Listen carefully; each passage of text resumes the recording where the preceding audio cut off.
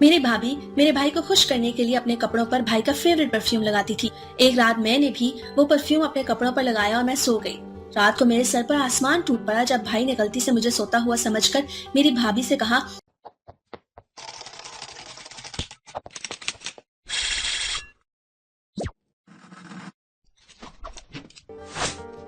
मेरा नाम रानिया खान है।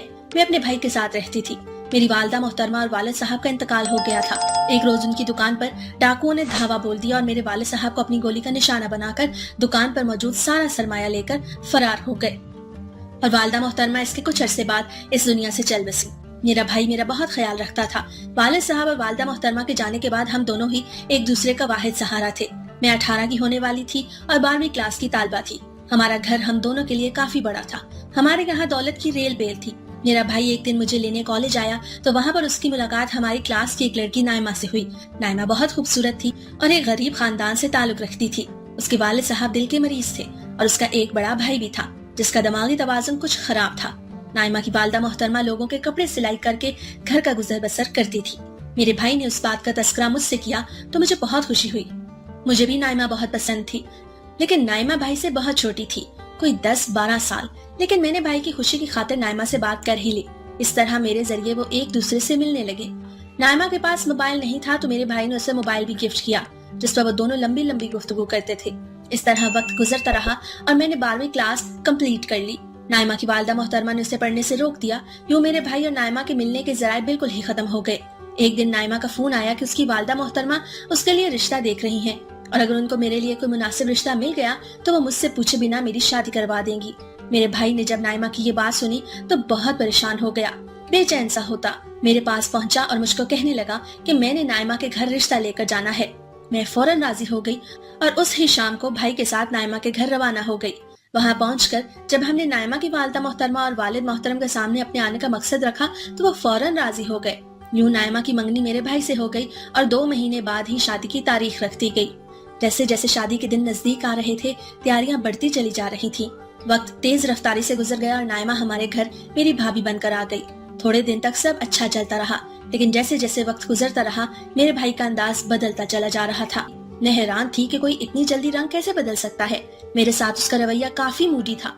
दिल करता था तो बात करती थी, वरना मुझे किसी गिनती में भी नहीं लाती थी।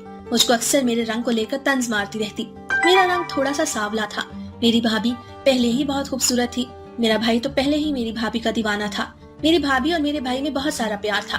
मेरी भाभी मेरे भाई को खुश करने के लिए अपने कपड़ों पर भाई का फेवरेट परफ्यूम लगाती थी।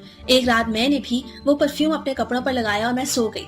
रात को मेरे सर पर आसमान टूट पड़ा जब भाई ने गलती से मुझे सोता हुआ समझकर मेरी भाभी से कहा, कल तुम कह रही थी ना कि तुम्हारी अम्मी तुम्हारे भाई की शादी किसी ऐसी लड़की से करना चाहती हैं जो उसका ख्याल रख सके, उससे संभाल सके, तो तुम अपनी अम्मी से रानिया के लिए बात क्यों नहीं करती। भाई की बात सुनकर मेरे ऊपर आसमान टूट पड़ा। मैं हैरत ज़दा सी थी। मेरी आंखों से आंसू बहने लगे। मुझको यकीन नहीं आ रहा था कि ये अल्फाज मेरे भाई के मुंह से निकले हैं। वो मेरी शादी एक पागल शख्स से करवाना चाहते हैं। क्या आपको मालूम नहीं मेरा भाई एक दिमागी मरीज है। मैं अपनी भाभी के लहजे में हैरानगी का अंसर महसूस कर सकती थी। मेरी भाभी की बात सुनकर मेरा दिल चाहा जमीन फटे और मैं इसमें समा जाऊं। क्या काले लोगों को जीने का हक नहीं? क्या काले लोग इंसान नहीं होते? सबको उस पाक ज़ात ने बनाया है। फिर ये कौन होते हैं किसी के रंग पर, किसी की जात पर राय देने वाले? जितनी जल्दी हो सके अपनी अम्मी को कहो निकाह की तारीख रखें। अब वो 18 की हो गई है। इससे पहले कि उसे इल्म हो जाए मुझे जल्द अज जल्द प्रॉपर्टी अपने नाम करवानी होगी। मेरे भाई की बात सुनकर मुझे अपना आप जल्जलों की जद में महसूस हुआ। क्या मतलब? ये प्रॉपर्टी आपकी नहीं? मेरे भाई के लहजे में हैरत ही हैरत थी। हैरत तो मुझे भी हो रही थी। नहीं, रानिया मेरी सौतेली बहन है। रानिया की माँ से मेरे बाबा ने दूसरी शादी की थी तो रानिया उनके साथ ही आई थी। रानिया की वालदा बहुत अमीर थी। ये सब कुछ उनका है जो अब रानिया के नाम है। मेरे बाबा के इंतकाल के बाद मैंने बहुत कोशिश की कि किसी तरह ये सब मेरे नाम हो जाए, लेकिन बेसूद। रानिया की माँ नहीं, वो जिद्दी औरत थी। सब कुछ रानिया के नाम कर दिया। मुझे जब मालूम हुआ तो मैंने गुस्से में उनसे जायदाद में मेरे नाम का मुतालबा किया, लेकिन वो ना मानी और जान से हाथ धो बैठी। अगर मेरे बस में होता तो उस दिन रानिया को उसकी माँ के साथ ही खत्म कर देता, लेकिन वो चालाक औरत उसकी हिफाजत का इंतजाम कर गई कि अगर उसको कुछ हो गया तो सारी प्रॉपर्टी ट्रस्ट में चली जाएगी और मैं खाली हाथ रह जाऊंगा। यही नहीं, सारी दौलत शादी के बाद रानिया को मिलनी है और उसके बाद रानिया का शौहर इस जायदाद का मालिक होगा। इसलिए ही मैं उसकी शादी करवा रहा हूँ और फिर धोखे से दौलत अपने नाम करवा सकता हूँ। मेरे भाई की बात सुनकर मेरे रोंगटे ही खड़े हो गए। जिसको मैंने अपना सब कुछ माना था वो तो कभी मेरा कुछ था ही नहीं।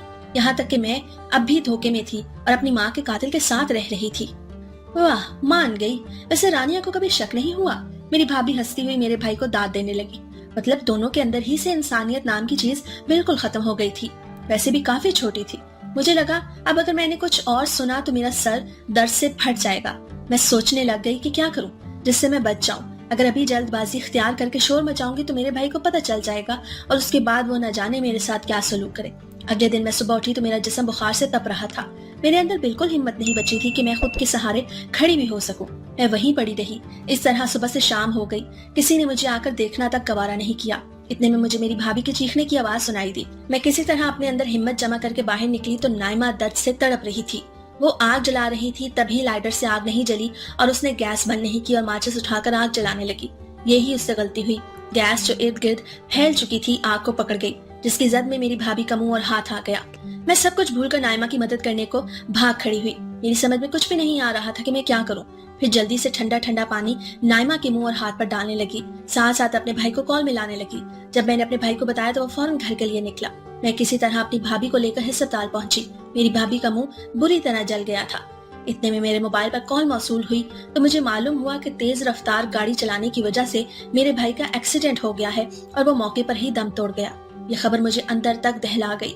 नाइमा जो मेरा मजाक बनाती थी, अपने चेहरे की बिना पर इतराती थी, अब उसका चेहरा बहुत ही खौफनाक सा हो गया था। उसका सारा गुरूर मिट्टी में जा मिला था और मेरा भाई जो मेरे लिए गड्ढा खोद रहा था अपने अंजाम को पहुंच गया। खुदा ताला बेहतर इंसाफ करने वाला है। वो हर एक को उसके किए की सजा और जजा से नवाजता है।